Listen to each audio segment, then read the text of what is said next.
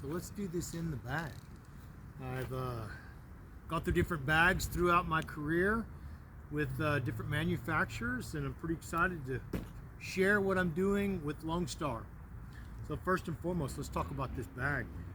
Awesome bag. It's got this same Velcroing that a lot of the bags are carrying right now. Got water bottles on both sides. I utilize a bigger water bottle, so I use the big pocket side, but it's also got another big pocket side on this side, which has got the expansion zippers, which I really like. But as you can see, you've also got a big pocket here for different things. Super big pocket here, which I utilize for my putters as well. There's other places for your putters, but it also got a little safety pocket here that I keep fingernail clippers and tweezers and things that you might find on the golf course that you would need had you found a sticker or something along those lines.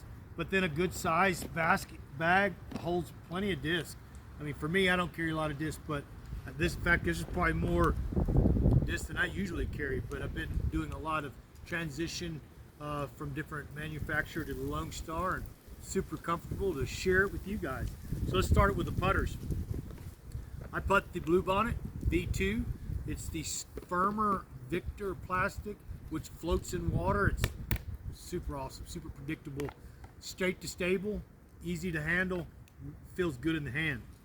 I also carry their other putter, which they have a few different putters, but I like the Penny. The reason I carry the Penny is for a flippier type putt, maybe a flippier utility off the fairway shot. I'll utilize the Victor 1, which is a little bit tackier, gives you a little bit more feel. And then I also carry a Alpha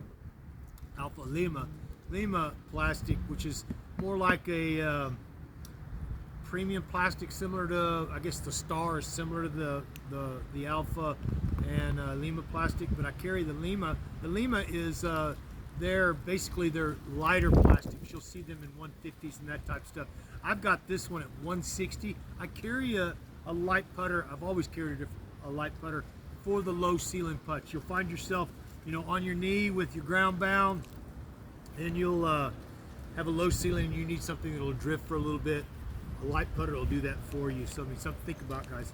But let's move right on. Let's talk to the different fairways that I use. I'm real comfortable with the Lariat, pretty straight. And again, I don't know if but I utilize the Alpha. I'm not a Bravo type player, which the Bravo is a little bit more stable than the Alpha. I like a more flippier disc, which makes it a little bit firmer. But I like the Lariat. It's a 9-speed that's got a little bit of a glide to it, real straight. It's one of the discs that I carry in the bag that I can put it on any line and it'll hold that line. I'm real happy with that. And then if I need a stable fairway driver, I'm using the Mad Cat. This has got a nice edge on it, super firm, got skips on it. You can really count on this in a headwind if need be. It's not overstable though. And then I've added these two recently. The Tumbleweed, I've been rolling, but I've not been utilizing as a fairway driver. Wow, this thing is really fast. I mean, it's a 10-speed, so it'll get small on you fast, but it's a nice flippy disc. I use this for my roller as well. It goes a long ways. I've been rolling this a really long ways. And then they recently released the Frio, which is a 7-speed, and it's a great utility disc. It's another one of the discs that I carry. I've got two fairways that I carry that I can put on any line. This is absolutely probably going to take the Lariat out of my bag. They're about the same speeds, but the numbers are real close. The Lariat's maybe a little bit faster, but the Frio is absolutely predictable. Super like that. And then I've always, I think all pros should carry a good mid and get comfortable with the mid. And this has been the hard thing for me to transition into, is their mids, because I'm so comfortable with the mids that I use. Back when I was with Vibram, I was a big IBAX fan. When I was back with Prodigy, I was the M models, the M4, super good disc. So that's why I was kind of particular, and it was kind of hard for me to transition back into their mids. And Lone Star carries a lot of mids. but I found myself that I carry three different ones. One being the MIDI, which is my straight to stable, super fast for a MIDI. I can really get on this and I can shape it any way. It can be an Annie with a nice fade at the end, or it can be stable based upon the release points. It's a super good disc. I really enjoyed this. This gets me a lot of birdies. And then they're flippier mids. I'm in between two of them right now. Lone Star makes the Lone Wolf, which, man, these colors are just popping. But the Lone Wolf is a shorter, flippy hot disc for me. I can put it on hyzer and it'll carry for a period of time, but it falls to my right, which I'm a righty, but it'll fall heavy to the right. And then I carry a disc, Hooligan Disc Golf, which this is manufactured by they're in a relationship with Lone Star. Lone Star makes this mold for them. This is a unique mold for them. It reminds me a lot of, it's got the same edges like I guess a Mako, an M4, a couple different mids have a lot of the shape of the flip, which that's what it is, called the flip.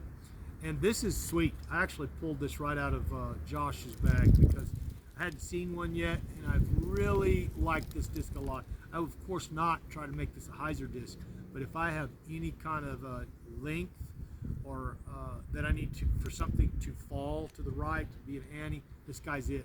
And it's very predictable, but it's a very usable disc. And okay, let's move on to some of the drivers that I use. I'm super pumped about the Nimitz has recently came out, and this is a 11 speed, which flies, got a little dirt on it, used. A lot of length on this disc, real predictable, not overstable. I wouldn't put it into a headwind without anticipating it flipping over, but it really carries a long ways before it fades out. The other disc that I'm playing with right now, it's a little bit slower speed than your everyday driver. Could be considered more of a fairway driver, but it's the Mockingbird. The Mockingbird has definitely a turnover to it. It's reminds me a lot of any of the discs that would flip on you and become short distance rollers, which that's what I use this for. Something that's not going to go very far, but will finish out right. Because sometimes I'll throw a roller versus a flick, because I'm just not a big flicker, but I might have put myself in a position to have to roll. And this guy will continue in going right without progressively advancing down the fairway. And then my go-to driver right now are the Curl. I utilize 3 different weights on them. I've got backups for them. The Curl goes a long ways. I don't just mean this. People, get a Curl in your hand and you too will be hooked on the long distance driver. The Curl is a 11 speed, similar to the Nimitz, but it's a little bit more stable and it's got a lot of glide on it. I utilize a heavy one, 175, for more of a wind disc, something I can attack the fairways with or throw a big S shot on. And then I have a 170 model Alpha, which is more of a straight. I would say it's kind of like the Nimitz, but I really feel like the Curl is goes farther than Nimitz. And I guess that's because you can shape it a little bit more. And then I picked up this Lima, which is their light plastic. Again, we covered that on the Penny. This guy goes a long ways with the tailwind. This is a 163 and got a heartbeat, firm, pumps when it's got a good tailwind. And then of course I utilize 2 other drivers, and they're utilitarian type drivers. I wouldn't use these for distance. I don't have the arm speed to carry it, but a lot of the guys that do have this arm speed are utilizing the Warbird and the Bayonet. We've also come out with the Seguin, which that guy is way too stable. Has no business in my bag. Guys, I'm 59 years old, so I have to pick and choose my battles. And I'm gonna tell you what, if you're in my age bracket and you're struggling with hand speed, get you that Tumbleweed and make you throw far. But the Bayonet gives me something that is super stable and predictable. It got a big skip on it. I could get over on this, get an S shot, gets good distance out of it, and it fades hard. Now, for me, this is kind of basically a utility disc, and I'm looking for a long skip. And now back to the utility side, the Warbird. For me, that's more of a utility disc that I really want to have in windy situations, stable situations, or skipping situations. It doesn't skip as much as the Bayonet, but very predictable, very, very, very predictable. And guys, these colors that they got, I don't know if y'all can see that. The camera's not doing that justice, but it's amazing. Well, guys, that's my bag. And if you ever have any questions, reach out. I'll be happy to share my knowledge of what Longstar compares to something else, and maybe I can sell you on some Longstar discs. Till then, man, love loud.